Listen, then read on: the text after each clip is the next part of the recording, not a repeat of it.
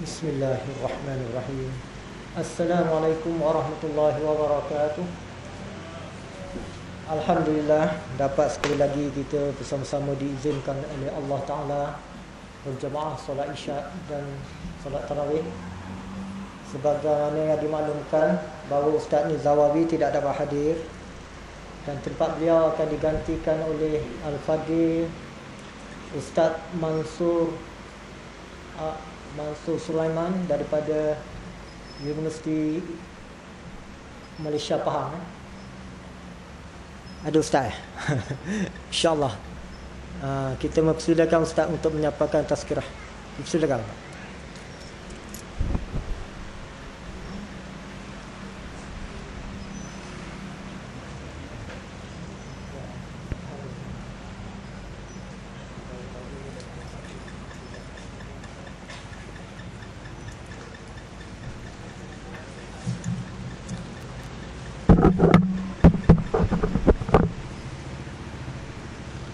Bismillahirrahmanirrahim. Assalamualaikum warahmatullahi wabarakatuh. Alhamdulillahirabbil alamin. Wassalatu wassalamu ala sayyidil mursalin wa ala alihi wa ashabihi wa man tabi'ahu bi ihsanin ila yaumiddin.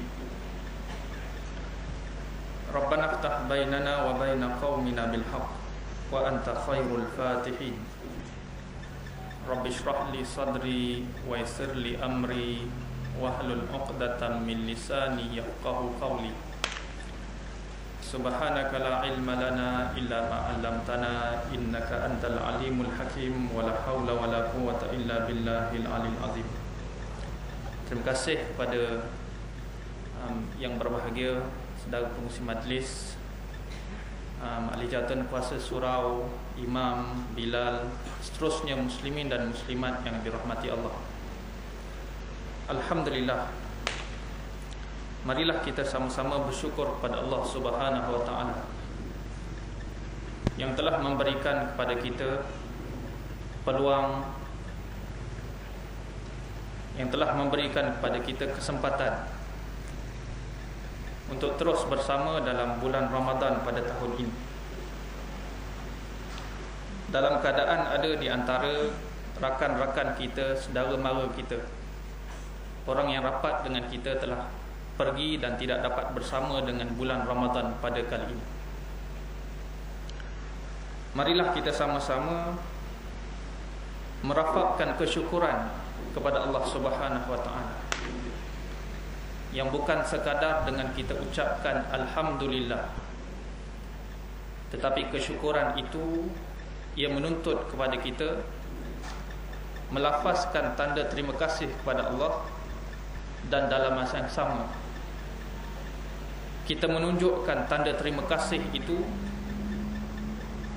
dengan menjunjung akan perintah Allah Subhanahu wa ta'ala, dan dalam masa yang sama kita menghindari, menjauhi segala perkara yang dilarang oleh Allah Subhanahu wa ta'ala. Inilah dia yang merupakan tanda kesyukuran yang sebenarnya. Sebab itulah Allah Subhanahu wa ta'ala menyebutkan dalam Al-Quran, walaqad makkannakum fil ardi wa ja'alna lakum fiha ma'aish qalilan ma tashkurun. Yang bermaksud, sesungguhnya kami telah menetapkan kedudukan kamu di atas muka bumi, dan kami memberikan kepada kamu, membuka kepada kamu akan pintu-pintu yang memberi kehidupan kepada kamu. Tetapi sedikit di kalangan kamu yang bersyukur. Di sini Allah Subhanahu wa ta'ala menyebutkan tentang hakikat manusia, dan kita juga adalah manusia, iaitu Allah menyebutkan antara ramai-ramai manusia ini, rupa-rupanya tidak ramai yang bersyukur dalam arti kata yang sebenarnya. Di kalangan orang yang beriman, orang Islam, ramai yang menyatakan kesyukuran, antaranya kita sebutkan Alhamdulillah. Tetapi apabila Allah menyatakan tidak ramai yang bersyukur, ia memberi maksud bahawa syukur yang dituntut oleh Allah, yang Allah menyatakan sedikit sahaja yang bersyukur itu adalah merupakan kesyukuran yang perlu dibuktikan dengan amal. Seperti mana kita lihat dalam kehidupan kita sebagai manusia, dalam hubungan kita sesama manusia, banyak kali kita jumpa orang yang datang kepada kita menghulurkan tangan dengan muka yang manis, tetapi hakikatnya di dalam hati mereka pelbagai perkara yang buruk tersirat terhadap kita, yang mana kita cuma tahu perkara itu apabila telah terbongkar rupanya orang ini merupakan musuh dalam selimut. Banyak dalam kita lihat dalam dunia pada hari ini, kawan makan kawan, kawan tikam daripada belakang, kawan yang asalnya muka manis, mulut manis, cakap macam-macam, tetapi rupanya dia mempunyai agenda di sebalik daripada muka manis itu. Dan ini bukanlah orang yang kita sebutkan sebagai terima kasih yang sebenarnya. Ramai orang boleh buat begitu, cakap depan lain, dalam lain. Begitu juga hubungan kita dengan Allah Subhanahu wa taala. Yang dikatakan bersyukur itu bukan sekadar kita ucapkan alhamdulillah, segala puji bagi Allah, asyukrulillah, terima kasih kepada Allah, tetapi kita sama saja dengan yang kita sebutkan tadi. Kalau sekiranya ucapan kita itu daripada mulut kita, tetapi tindakan kita adalah merupakan tindakan-tindakan yang mendatangkan kemurkaan oleh Allah Subhanahu wa taala. Lepas makan kita sebut alhamdulillah, tetapi selepas itu kita meninggalkan akan kefarduan yang ditentukan oleh Allah. Kita mengucapkan terima kasih kepada Allah, tetapi dalam masa yang sama kita mengkhianati amanah yang diberikan oleh Allah sebagai khalifah di atas muka bumi ini untuk menegakkan syariat Allah Subhanahu wa taala. Ini adalah merupakan suatu yang bukan di kalangan orang yang bersyukur yang sebenarnya. Sebab itulah Rasulullah sallallahu alaihi wasallam menyebutkan, mereka yang menyebutkan kesyukuran itu dengan sebenar-benarnya dan termasuk di kalangan golongan yang sedikit yang bersyukur itu, Rasulullah menyebutkan dalam hadisnya, subhanallah tamla'ul mizan wa subhanallah walhamdulillah tamla'u au tamla'ani bainas sama'i wal ardh. Kita potong setakat dulu itu hadis ini. Yang bermaksud Rasulullah menyatakan ucapan subhanallah yang kamu sebutkan, maha suci Allah terjemahannya,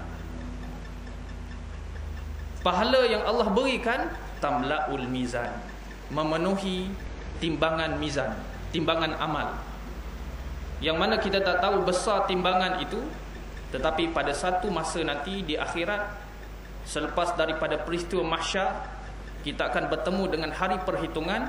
Pada ketika itu kita akan tahu betapa besarnya al-mizan ini, timbangan amal. Kalau kita terjemah lebih mendalam lagi, maksudnya dekat sini ialah kalau sekiranya kita jisimkan akan pahala yang Allah janjikan kepada orang yang menyebut subhanallah dalam erti kata yang sebenarnya, ucapan yang bukan sekadar terhenti di lidah, tetapi datang daripada hati, dan kemudian dibuktikan dengan amal, tanda takjub dengan kehebatan, kebesaran Allah Subhanahu wa taala, sehingga memberikan ketundukan dan kepatuhan kepada Allah. Tidak dilihat di sana suatu yang lebih besar daripada Allah. Inilah ucapan subhanallah yang sebenar. Kalau dijisimkan pahala itu, jisim dalam bentuk macam batu ke, ataupun dijisimkan dalam bentuk dunia ini, dalam bentuk bukit dan sebagainya, yang ada rupa bentuk yang kita boleh lihat, ia seumpama besarnya mizan. Ini mungkin kita sukar nak bayangkan. Kita tengok lagi hadis sikit lagi. Kemudian Rasulullah kata, wa subhanallah walhamdulillah, ucapan subhanallah dan ditambah dengan alhamdulillah, ucapan maha suci Allah dan segala puji bagi Allah, tamla'u aw tamla'ani bainas sama'i wal ardh. Pahalanya itu memenuhi langit dan bumi. Maksudnya kat sini, seperti mana kita sebutkan tadi, kalau pahala ucapan subhanallah walhamdulillah itu dapat dijisimkan dalam bentuk apa sekalipun yang boleh dilihat oleh mata kasar manusia di muka bumi ini, ia seumpama besarnya langit dan bumi. Dan dalam kajian sains pada hari ini, manusia masih tidak tahu betapa luasnya langit itu. Dan dalam kajian sains pada hari ini, langit masih berkembang dan sedang berkembang. Dan kita tidak tahu berapakah luasnya. Itu baru satu ucapan subhanallah walhamdulillah. Allah menjanjikan kepada mereka yang benar datang daripada hatinya ucapan ini.